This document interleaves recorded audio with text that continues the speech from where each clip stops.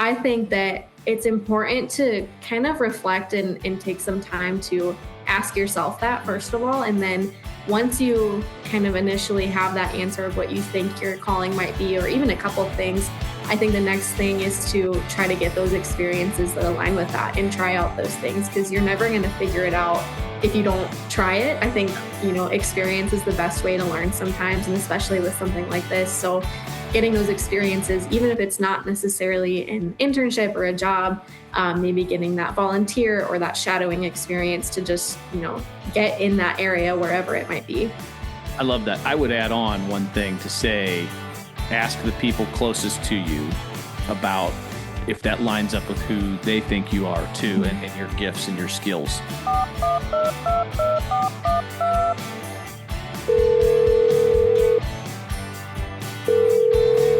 Hey everybody, this is Caller ID. We're calling about your identity, your direction, and what you're doing with your life. I'm Brandon Davis Wells. Let's dig into what we're really doing here.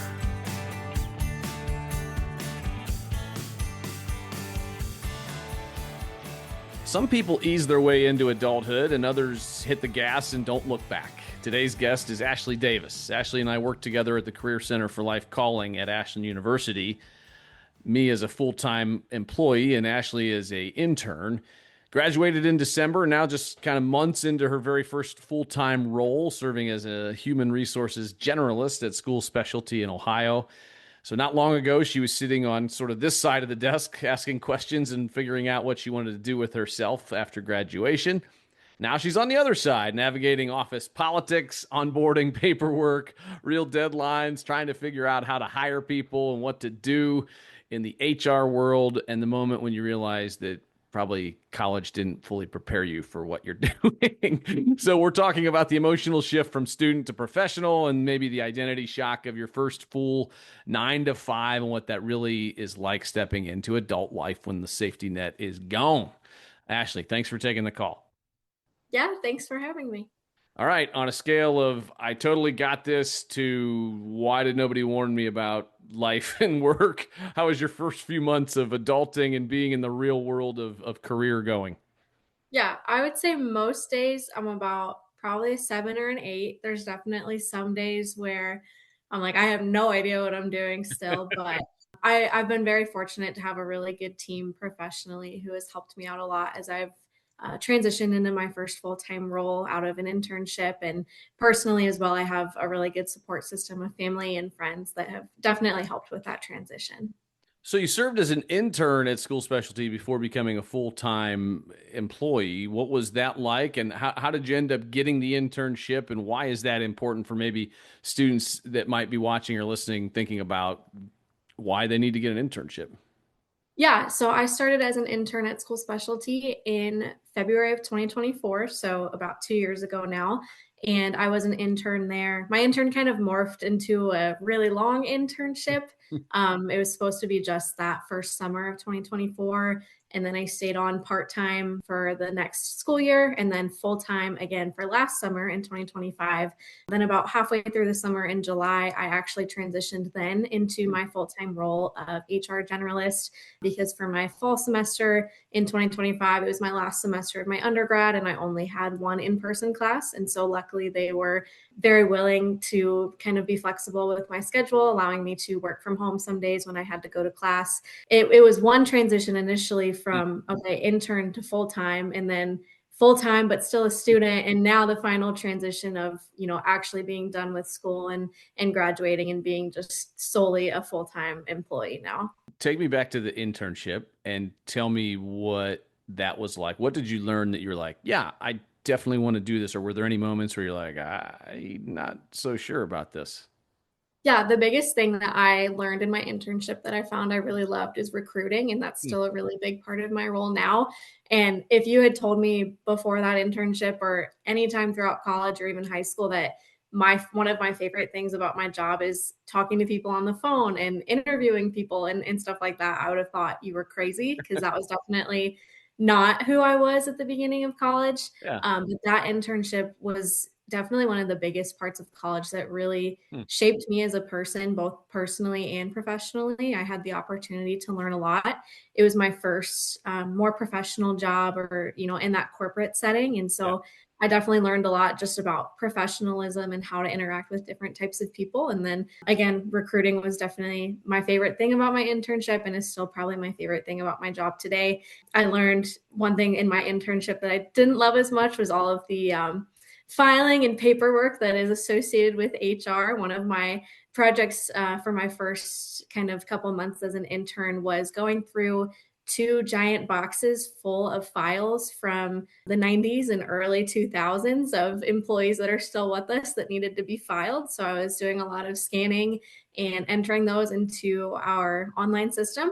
Definitely not the most fun or the most entertaining, but it is something that needed to be done, and I was happy to help. So that was a good lesson in itself too. You must have done it really well, or at least given it full effort, right? Because otherwise they wouldn't have brought you back. When did you start to have a sense of like, I think they might want me to work here actually when I'm done? Honestly, it was pretty early on. So I would say by the end of that first summer I was with them, I had had a couple of conversations, theoretical Yeah, conversations sure. with my supervisors. And it was definitely and it continues to be a great relationship there with my direct team in Mansfield, as well as my greater HR team throughout the country. But specifically with my team in Mansfield, had a couple hypothetical conversations that started out with they wanted me to at least stay on part time, that fall and into that spring, and then see what the next summer might hold. As far as that conversation becoming a little bit more real and a little bit more serious, that started last summer. So right before they did end up offering me, just asking if that's something that I would be interested in, and kind of having that conversation, pretty early on, and then continuing that throughout my internship. Did you give any thought to the rest of the landscape of like, maybe I want to play the field and see what else is out there? Or were you like, no, this is great. I love this. Yeah, I had definitely thought about it, and I didn't want to put all my eggs in one basket and not at least look. So I looked a little bit, but I felt that the opportunity that I had been given was, not only staying at a company that I really do enjoy being at, working with a team that I love Yeah. working with, and doing things that I enjoy doing, even just Mhm. outside of that recruiting piece. I did look around a little bit, but I didn't really think that there was anything that was going to outweigh that. Yeah, the team element is so big, right? Like I always tell students and I tell my friends, hey, if you find the right team in the right chemistry, don't undersell or undervalue that because, Mhm. like you said, you found some folks in that office in that place of work that you fit in, you feel like you get along well with people, they're giving you respect. What was the negotiation like? Was there a negotiation on salary? Because people out there coming out of college, they want to know what that's like right now. Um, I've had a few of those negotiations with folks, and it's always just a little bit different. Yeah, that's a great question. There wasn't much of a negotiation, to be honest. I was, Yeah. first of all, really excited to receive a full-time offer, especially before even being done with school officially. I did take it home and talk with my parents about it and everything, but it was a competitive offer. And again, that team piece is something that is really important for me. And I think, especially working in HR and being so young in my career, I knew that I was going to need that team, and I was going to need to have people to be able to lean on a little bit and ask those questions. And I had already developed that great relationship with a lot of those team members. And so, all in all, it was a good offer at a good company with a great team. And so I decided to accept it. I think that's why sometimes, a couple extra $1,000 isn't necessarily worth the trouble of sort of what that creates on occasion. And to be honest, like in a way, I wouldn't say they took a chance on you. It was a calculated gamble, right? Because they had seen your Mhm. work ethic and they had seen you work. But you still hadn't graduated, right? So I think that was probably a pretty good way to go about it. Now you've been in the real world, as people say, for a few months now, really more than most that graduated in December. What's one thing that has really surprised you about the real world workforce or the balance of home and work? To be honest, I still don't really feel like I'm kind of a unique situation because for me, a lot really hasn't changed. I went through a lot of those transitions over the summer and into the fall. I accepted that full-time job. I also moved out and into an apartment with one of my best friends for the first time. So no more living at home, no more living in a dorm. So I feel like I really went through a lot of those transitions a couple months ago rather than, or more than a couple months ago now, but rather than right after I graduated. So I feel like I have a unique perspective on that where it was definitely a lot then. And especially I wasn't even technically done with school yet. I was still finishing up my last couple of classes. So that was a little bit hard to process. Like, is this really what I'm supposed to be doing? And making sure like I'm not just rushing through things because I really didn't love my time in college and loved all of that. And I wanted to like not feel like I was forcing myself to be done with that part of my life early, but really it was what was supposed to happen. And I have a lot of peace with that decision as well. What were your biggest fears about being done with college, and what were they? Were there any at all? Because you said you're at peace now, which is awesome. But were there any fears that you're like, I don't know how this is going to go with whatever? Yeah, definitely. I had a lot of fears, especially with my last semester this past fall with working full time. And that meant I'm not going to just be on campus and have all of this free time to go hang out with my friends and spend that time with them. And we definitely still did and made that time at other times, but it was a little bit more difficult than just being like, hey, you want to go to the dining hall? We're both free in between our classes. There was a lot of times where I was very scared about that and nervous about that. But I'm really fortunate to have people in my life that also put in that effort to, want to intentionally set that time apart. So I think once I got used to that new schedule and that new lifestyle a little bit and learned like these people are always going to be here for me. Like my friends are still my friends. It doesn't matter that we're not living 2 feet down the hall from each other anymore. They're still going to make time for me and I'm going to make time for them. Once I got kind of past that initial fear, I think it was a lot easier to live with that then. Two of my college roommates, are still two of my closest friends. One who lives in Boston, and one who lives in Cleveland, or Akron rather. And I text with them every day. So, like, I'll tell you, at 48, we graduated 25 years ago, and I've seen them a handful of times since then, but not that much. But we still communicate all the time, and there's still a pretty good support group for things when we talk about real life. So but it takes work. I'll tell you that as somebody who's gone through it. Like, there are a lot of my other friends who are like, I don't talk to anybody I went to college with, like, or went to high school with. So I would just encourage you and folks out there to say, hey, it takes work to continue to communicate with those people, but those people know who you are at your core, right? Like, you're in a bunker with them when you go into college, and even the high school friends, for some of them, it's the same thing. When you went to AU and then when you were done, like, how much did you change? What changed? Why did what did that look like from the time you're 18 to graduation?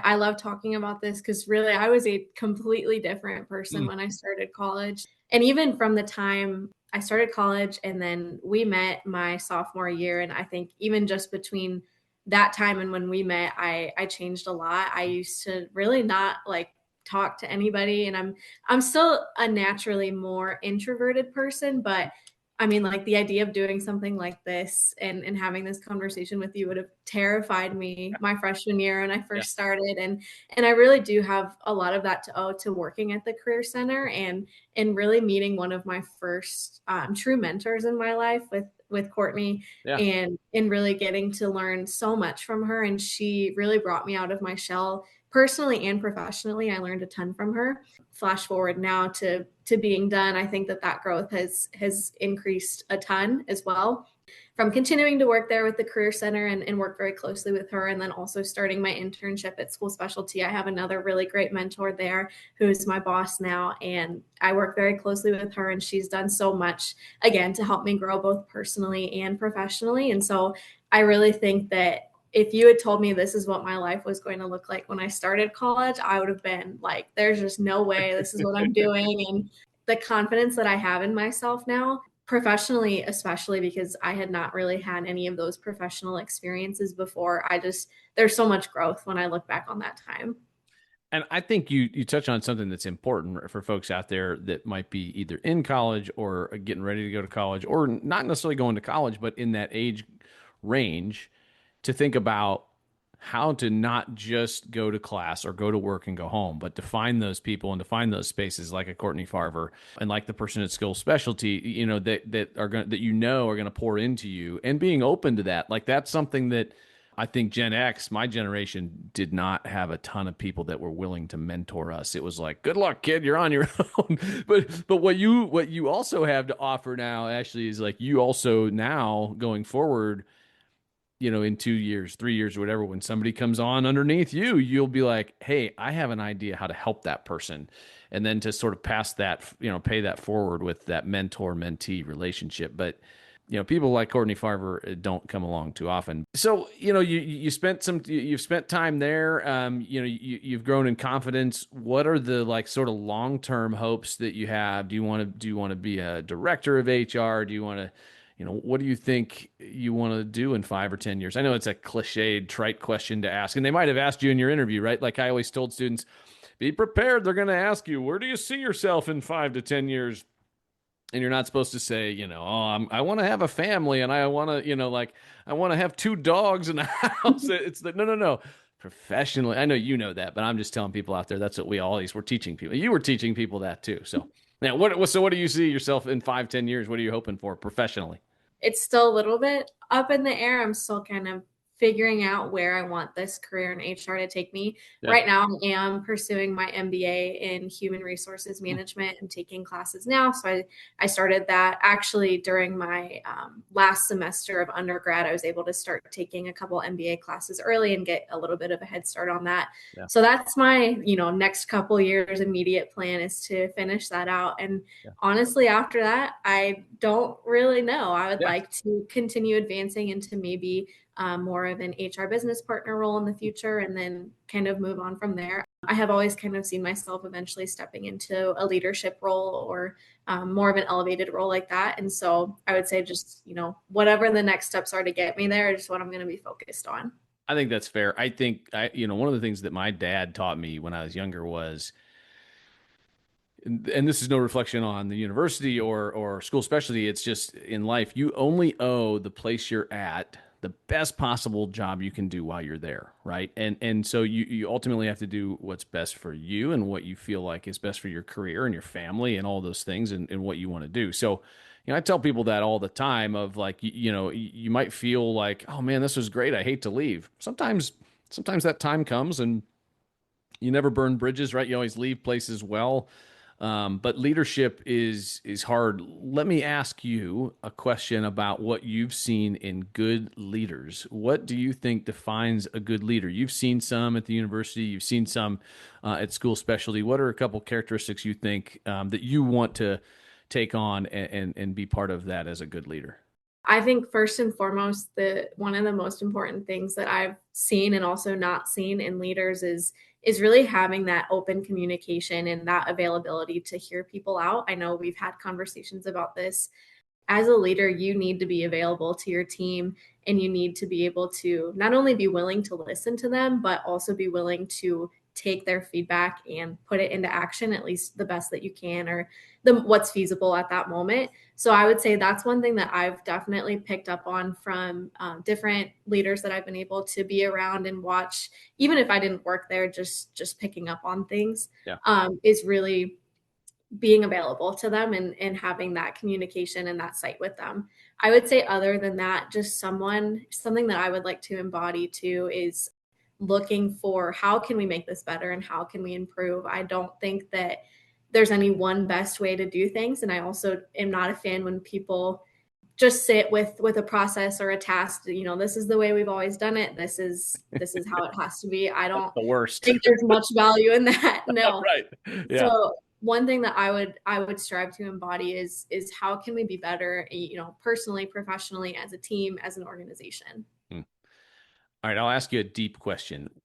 How do you think about purpose and calling at this stage of your career and your life? Because I know we've had some faith conversations, but how do you look at that as far as career? At 23, what does that look like to you? I think I'm in a really unique part of my life where, you think about in high school when you're getting ready to graduate, there's kind of that first, at least for me, that was the first thought I had about what am I supposed to do and what do I want to do and where can I find this? And so, that's so early on in life that I think it is really hard to figure that out. Now, luckily, I was able to decide, like, I think Ashland University is the place for me. And it truly was. But I really didn't know what I wanted to do. I was just studying business, not sure where that was going to take me. And so I think now, having the experience that I have, it's still a very unique spot because, like I just said, I don't know what those next 5 to 10 years look Yeah. like. I have an idea of what I might want them to look like, Yeah. but really I am still figuring it out. And this is my first professional role and kind of that first step in my career. And it's a really exciting time too. It is definitely scary. I'm more of a person who likes to have things planned and likes to know things and very type A in that respect. So it is a little bit scary and a little bit nerve-wracking to not know, but I think that I'm able to accept the fact that I don't know, but also accept the fact that I'm going to be able to figure it out. I think one thing that college has taught me is that even if I am scared and like I said, I used to not have a ton of confidence in myself Yeah. professionally. I think one thing that I've learned is that I'm going to be able to figure it out and I'm going to be able to find that next step up for myself. I think, when you work in HR, you have a natural opportunity to work with a lot of people, and you have an opportunity to encourage people. You have an opportunity to really be a servant leader, and you have an opportunity to, in many ways, to set the tone for a company, right? Like you have the opportunity to set culture, and even on the entry level HR generalist role, like those roles are important to how you attract people to come in and trying to figure out, like there's a level of discernment that comes with being in HR. Have you seen that from your staff, the people you're with, and what that looks like in the interview process, and what is that like to be a part of that group when you're trying to attract talent to your guys' group? I think I have learned a lot about that working specifically with recruiting, Mhm. as well as my general HR functions too. I am really lucky to have a great team, both on site in the office I'm at, but then also we have offices and teams across the country too. And so I've learned so much, coming out of college, I really had only taken a handful of HR classes and my internship opened my eyes to a lot of things, but then stepping into that full-time role, I learned just how much really there is behind the scenes that I don't think I had ever really thought about before, starting other jobs and doing the onboarding and new hire paperwork and stuff. That was kind of my perception of HR for a long time. But Sure. being in it and being part of it, like there is so much that I don't think anybody really knows, like to get paid or to get trained and really everything that makes your job be able to happen comes from HR. And that is a really cool thing that I enjoy being a part of. I enjoy kind of getting to see the behind the scenes of The like job systems and benchmarking yeah, and yeah. grading and then being with recruitment. I really do enjoy that. I enjoy it's kind of like a puzzle to me, like Mhm. finding the right piece and the right person to fit with that team or for this role Yeah. and helping to be a part of that. It is also really cool to get to be a part of somebody's next step. Like I was talking about, finding that next step a little bit ago. Yeah. It's cool to be a part of that and to see how excited people are like when we get that offer for them or when they start and getting to see them in the hallway. Like it is just a super cool and Mm. really rewarding part of my job. That's awesome. Now, you will, if you haven't already, as somebody who's done some HR, you'll have to have some really incredibly difficult conversations. And I go with what Brene Brown talks about in Dare to Lead, which is clear is kind, right? And sometimes you have to be as clear as a bell and direct as possible, particularly when it comes to people that are underperforming. When you're in the HR, realm, and you have to tell people, "Hey, we're either putting you on a performance improvement plan, or we're letting you go for whatever reason it is." I'm sure you're going to be a part of those conversations if you haven't been at some point. They're hard, right? I mean, and they're a challenging part of HR. Um, but you got this. You'll be fine with that stuff if you haven't been a part of it already. Let me ask you, what do college students maybe misunderstand or not get right about approaching the job market as they're nearing graduation? You've seen students, I'm sure, at this point applying for jobs with you guys. What do they not get? What do they not understand? What advice do you have for them? Yeah, that's a great question. I look at, applications and resumes all day long, and I think one thing as it relates to maybe a resume or that application is underestimating how important that good appearance of a resume is. There's some that I open where it's almost impossible to read. Everything is all jumbled. And I know this is something we are both familiar with, having worked in the Career Center. Yep. But it has been cool to kind of, I think I have a unique perspective having been a student applying for internships and then also working in the Career Center and having some training on what that best practice for that resume is. And then now being in recruiting, getting to see kind of the other end of that. And so I think one thing that students maybe don't understand or underestimate is how important that actually is. I know that's something that is told to them and maybe they don't really pay attention to it. I know. So there's times I was like, oh, I think mine's fine. Like, whatever. But it actually really is important because Yeah. even if you have that experience, if I can't read it on the other end, then Doesn't it matter. doesn't matter. Yeah, I remember seeing some terrible resumes from students that were made on Canva or a bad Microsoft template, and you're like, oh Lord help me. But sometimes you can't. Sometimes you can't tell people anything; they don't want to hear it. Have you had a candidate who was declined, like circle back and ask you why yet, or like ask for feedback? And how do you handle that if so? Yeah, I definitely have had that happen. I've had that happen after I speak to them and decide that they might not be a fit. But then Mhm. also there's times where they meet with the hiring manager or do a panel interview Mhm. and ask for feedback. So if it was with somebody else and I don't have that feedback already, I'll reach out and then, they normally give me the feedback and say, can you please make this pretty in HR speak, which Yeah. is my job to do Yeah. that. So but if it's feedback coming directly from me, I try to at least recognize at least one thing that they did well or Mm. something that I did enjoy about speaking to them, whether they were very professional or had great communication skills. If I enjoyed a specific story or example they told me, I try to at least recognize one thing at minimum that they're doing right, even if I have to Sure. creatively word Yeah. that if there's maybe not really anything that they did super well. I don't Is- want it to be an entirely negative Right. experience for Yeah. them. And so then trying to frame the helpful feedback in the most helpful and Yeah. positive-ish way that I can Sure. is what I normally do. Is it okay? Is it okay that somebody does that and asks you? Like, what's the sort of rule for that? Is there a rule? Is there a hard and fast rule, or is it like, I don't know? I don't know that there's a hard and fast rule. I think it's great when people reach out because that's really the only way you're going to learn. I mean, Yeah. when someone is rejected from a role, you don't really know why, or maybe you do if you failed the You interview or bombed whatever. it, right? Yeah. Yeah.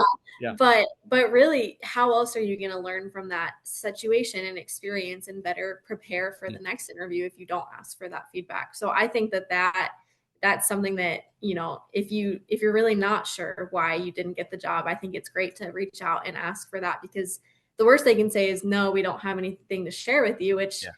is fine, I guess. You Yeah. just have to move on and try to figure it out on your own. But I do enjoy giving people feedback when they ask for it regarding that interview so they can better prepare and get that next one. What was your first job? Your very first job?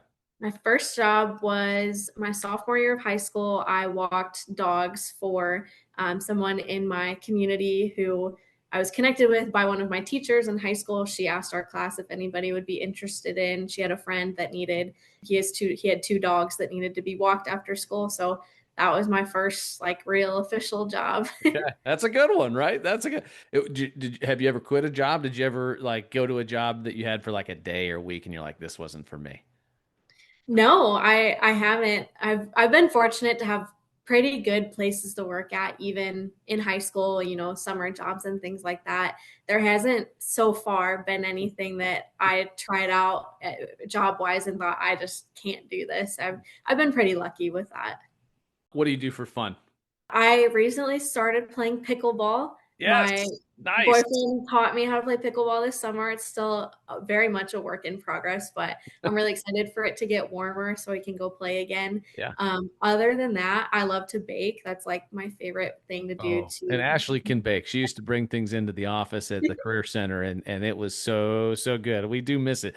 After Vines closed, it was like, well, we need Ashley to be bringing in some stuff. I know, and now I have an apartment, so I even have like a full kitchen and everything. So you're really missing out now that you're not in the area anymore. All right, so couple more questions for you. What should a senior or a junior in college stop doing and start doing right now? They should stop putting it off. And even if you're scared of that job search and those next steps, you have to stop putting it off. I've seen some of my friends wait a little bit too long to start, looking for that next step and figuring out what's next. And I would say, even if you're scared and nervous and anxious about what life looks like after college, I think just you have to stop putting it off and start doing it. Do it scared and do it nervous and Yeah. do it unsure of what that's going to look like, because I think the worst thing that you can do is put it off and ignore it because you're scared of it, and then the time is going to pass regardless of the steps that you take. And so I think they should start making the most of that time that they have. All right, let's do a quick word association. All right, so I'll give you a word and you can fire back a word or phrase that comes to mind. Okay. Career. Exciting. I'm really excited about my career and where it's going to go next. I love that answer. Calling. Important. I think it's really important to find your calling and figure out how you can get there and put that into action. Ooh, okay. So I have a follow up to that. That's not word association. Okay. How would you encourage people to figure out what that is? I think that it's important to kind of reflect and take some time to ask yourself that, first of all. And then once you kind of initially have that answer of what you think your calling might be, or even a couple of things, I think the next thing is to try to get those experiences that align with that and try out those things, because you're never going to figure it out if you don't try it. I think, experience is the best way to learn sometimes, and especially with something like this. So getting those experiences, even if it's not necessarily an internship or a job, maybe getting that volunteer or that shadowing experience to just, get in that area wherever it might be. I love that. I would add on one thing to say, ask the people closest to you about if that lines up with who they think you are too, Mhm. and your gifts and your skills. Mhm. Success. Earned. I think, you have to work hard for, it's a cliche answer, but, you know, Such a Midwest answer, right? yeah, I know. I You're mean, not wrong. I'm not saying you're wrong. your life and the success that you have is going to be a direct result of the work that you put into it. That's something that my parents really, taught me and instilled in me very early on. I played sports my whole life. I've always wanted to succeed in school and work and things like that. And so I think, definitely that's something you have to work for and something you have to earn. Failure. Learning. I think kind of like I was talking about with the interview and the feedback, failure, it sucks and it's hard, but it is really almost the best way you can learn, like, okay, I did fail and you have to accept that and sit with that, but what can I learn from this failure or this experience and improve so I don't fail again? I love that answer too, because as somebody who coached basketball and baseball, especially basketball, right? I would look back and we would watch film after losses, and you watch film after wins or losses, but I always felt like people paid more attention after a loss. And I know it's cliched again to say like, oh, you learn more from losing, but you generally do, because people are more receptive if they hate losing and they hate failing. Mhm. They're more receptive to feedback. And as a coach, you're also probably a little more prone to like breaking down why you lost versus why you might not have played well and won, because that Mhm. still can happen. Identity. That's a good one. That's a tough one, right? I think exposure. I think being exposed to all of the things I was in college, good and bad, and different experiences and classes and people that I met really did help to shape my identity and kind of form that.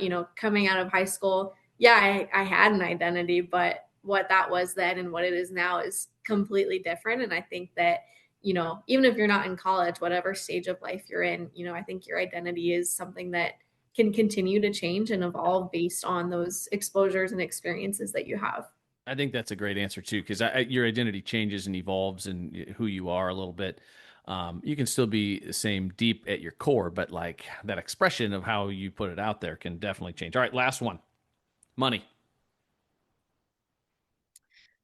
The first word that came to mind was irrelevant, which it's not, obviously money's relevant. That's just part of living. But I think as far as happiness and success, I don't think that money really has to necessarily be a part of those things. And even thinking about your identity and your calling, I don't think money should be the most important thing on your mind for those, because you could be making $1 million, but be really deeply unhappy with what you're doing and who you are as a person. And I think that, those other things should definitely come first as you're figuring out what that looks like.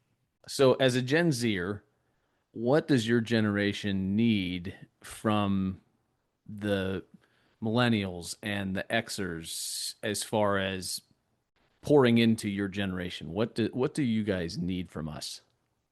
That's a great question. I think not being written off and being given a chance or an opportunity to step into your career for the first time. I think that there's a lot of stereotypes about any generation, but with mine, it's, tied to technology and we can't do things on our own and things like that. And I think that that's not fair. There's definitely some people that I've seen and interacted with that are like that and they fit that stereotype. But I think that there are so many good hard workers and good resources in my generation that really just need a chance and need to not be written off or ignored because of our youth, first of all, but also because of some of those negative stereotypes. I think having that support and being given that opportunity and that trust to step into a role or an opportunity is huge. The Apostle Paul said to Timothy, do not let anyone look down upon you because of your youth. I will leave us with that. Thank you very much, Ashley. Yeah, thank you for having me. It was such a great conversation and great catching up with you. Thanks for listening to the Caller ID podcast. Please don't forget to like, share, and subscribe with all of your friends on all of your social media platforms. Thanks again. Signing off, Brandon Davis Wells.